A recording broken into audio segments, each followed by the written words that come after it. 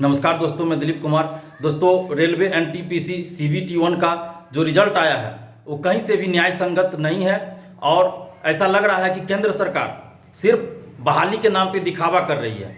और केंद्र सरकार की मंशा साफ स्पष्ट है कि वो पूरा सीट नहीं भरना चाहती है, यानी कि 35,000 से ज़्यादा जो सीट है, जितना भी वैकेंसी आई थी, वो सभी सीटें नहीं भरी जाएंगी, ये स्पष्ट हो गया। और कहीं ना कहीं इसके लिए रेलवे का जो निजीकरण किया गया है वो जिम्मेवार है और भविष्य में भी रेलवे का निजीकरण जारी रहेगा, जैसा कि केंद्र सरकार की पॉलिसी है। और रेलवे के निजीकरण से देश के युवाओं के साथ खिलवाड़ हो रहा है, उनको सरकारी नौकरी से वंचित किया जा रहा है। अन्यथा 35,000 से ज़्यादा जो वैकेंसी आई थी एनटीपीसी का, वो सभी सीटों को भरा जाना चाहिए। लेकिन जिस तरह से CBT-1 यानी PT का रिजल्ट दिया गया है, उससे यह स्पष्ट है कि सरकार सभी सीटों पे बहाली करने नहीं जा रही है। सरकार ये दिखा देगी लास्ट में कि हमें योग्य उम्मीदवार नहीं मिले, इसलिए सीट खाली रह गया। जबकि ये CBT-1 यानी PT का रिजल्ट है, ये PT का रिजल्ट है, ये सिर्फ क्वालिफाइंग है। और जो मेंस यानी CBT-2 हो, उसके बाद इस तरह से रिजल्ट जारी किया जाना चाहिए। यानी लेवल वाइज जो रिजल्ट जारी किया गया है वो PT में नहीं होना चाहिए था, वो मेंस का जो रिजल्ट आता उसमें लेवल वाइज रिजल्ट आना चाहिए था। आज तक किसी भी बहाली में ऐसा नहीं हुआ है कि अलग अलग पद के लिए जब बहाली निकली है तो इस तरह से कहीं भी PT का रिजल्ट नहीं आया है। और इस बार पहली बार ऐसा क्यों रिजल्ट दिया गया है? तो ये सिर्फ और सिर्फ इसलिए किया गया है कि सरकार की एक साजिश है कि युवाओं को, देश के युवाओं को ये दिखा दो कि हम बहाली कर रहे हैं, इतने हजार सीटों पे वैकेंसी निकाले और बहाली कर रहे हैं, और अंत में क्या होगा, सीटें खाली रह जाएगी। सरकार कह देगी कि हम तो इतना हजार वैकेंसी निकाले थे और युवा जो है 2019 से इसमें लगे थे। अब सोचिए कि 3 साल होने जा रहा है इस वैकेंसी को, और 3 साल बाद जब PT का रिजल्ट आता है तो इस तरह से गड़बड़ी करके रिजल्ट दी जाती है। इनको लेवल वाइज रिजल्ट देने की क्या जरूरत थी, जबकि आज तक ऐसा नहीं हुआ है। यानी कि ये लेवल वाइज रिजल्ट सिर्फ इसलिए दिया गया है ताकि युवाओं को गुमराह किया जा सके और अंत में सीट खाली रह जाए, क्योंकि इनको तो रेलवे को बेचना है, रेलवे का निजीकरण करना है जो कि पहले से चला रहा है, इनको सरकारी नौकरी देनी नहीं है। तो ये सिर्फ और सिर्फ इसलिए किया गया है कि सरकारी नौकरी ये नहीं देना चाहते हैं और रेलवे का निजीकरण आगे भी जारी रहेगा। इससे यही स्पष्ट हो रहा है कि आगे भी रेलवे का निजीकरण जारी रहेगा।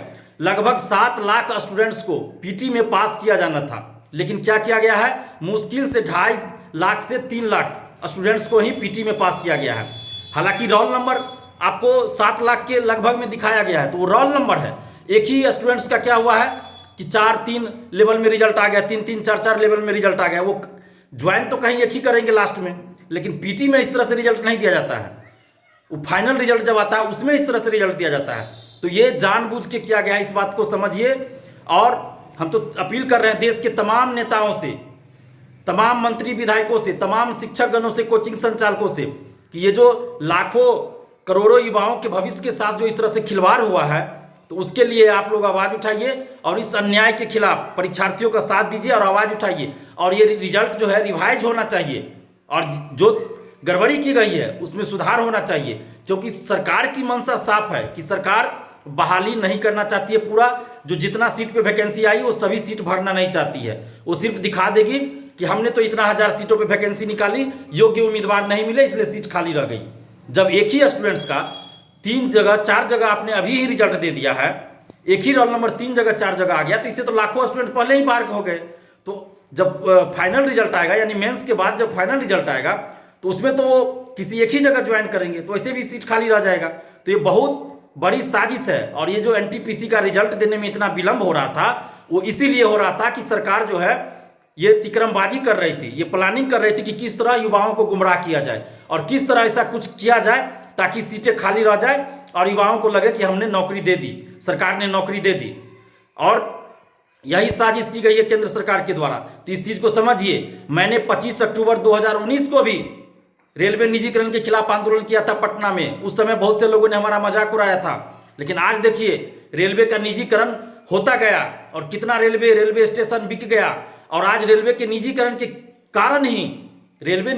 कारण ही आज ये स्थिति हुई कि एनटीपीसी का जो रिजल्ट आया है वो इस तरह से दिया गया है। तो ये बिल्कुल ही अन्याय है, युवाओं के साथ अत्याचार है, शोषण है। इसका विरोध होना चाहिए और रिजल्ट को रिवाइज किया जाना चाहिए, तभी युवाओं को न्याय मिलेगा। और अब तमाम परीक्षार्थियों से भी हम अपील कर रहे हैं कि आप लोग अपने हक और अधिकार के लिए आवाज उठाइए क्योंकि आपके लिए वैसे भी कोई नेता लड़ने नहीं आ रहा है इस देश में, सभी को जाति धर्म से मतलब है। लेकिन कम से कम आप लोग तो समझिए इस बात को कि आपके साथ अन्याय किया जा रहा है। और अभी क्या करेंगे शिक्षक लोग कि आपको बरगलाएंगे, मेंस का बैच शुरू करेंगे, CBT 2 का बैच शुरू करेंगे, उसके लिए आपको बरगलाए। लेकिन इसमें जो गलत हुआ उसको सुधार करने के लिए आवाज उठानी चाहिए। और हम तमाम शिक्षकगणों से भी अपील कर रहे हैं कि आप मेंस का बैच स्टार्ट कीजिए, ठीक है, मेंस का भी बैच चलाइए, लेकिन इसमें जो अन्याय हुआ है, इसमें जो गड़बड़ी हुई है, उसको भी दूर करने के लिए आप प्रयास कीजिए ना, आवाज उठाइए। और जिनका CBT 1 में रिजल्ट है उनको भी हम दिल से धन्यवाद देते हैं, बधाई देते हैं।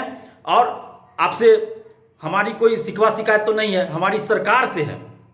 जो मेरिट से पास किए हैं NTPC CBT 1 में जिनका रिजल्ट है, उनको बहुत बहुत बधाई। और वो CBT 2 के लिए अपना अच्छा से तैयारी करें, क्योंकि हम लोगों की लड़ाई सरकार से है।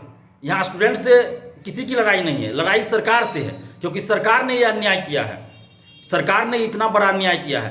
तो हम तमाम शिक्षकगणों से, कोचिंग संचालकों से, देश के तमाम नेताओं से ये अपील कर रहे हैं कि आप लोग इस अन्याय के खिलाफ आवाज उठाइए और रिजल्ट रिवाइज होना चाहिए, क्योंकि ये लाखों करोड़ों युवाओं के भविष्य का सवाल है। एक तो वैकेंसी नहीं आती है, वैकेंसी के नाम पे दिखावा, 5 साल 6 साल 7 साल 8 साल के बाद वैकेंसी आई, उसके बाद 3 साल बाद जब रिजल्ट आता है तो फिर ये हाल किया जाता है। तो आप सोचिए कि युवाओं के साथ कितना अन्याय हो रहा है। तो आखिर ये कब तक सहा जाएगा, कब तक बर्दाश्त किया जाएगा। तो आप तमाम युवाओं से भी अपील कर रहे हैं कि आप लोग भी आवाज उठाइए और रिजल्ट को रिवाइज करने के लिए आप लोग आवाज उठाइए, नहीं तो फिर सरकार इसी तरह मनमाना करेगी और अन्याय और शोषण युवाओं के साथ होता रहेगा। धन्यवाद, जय हिंद।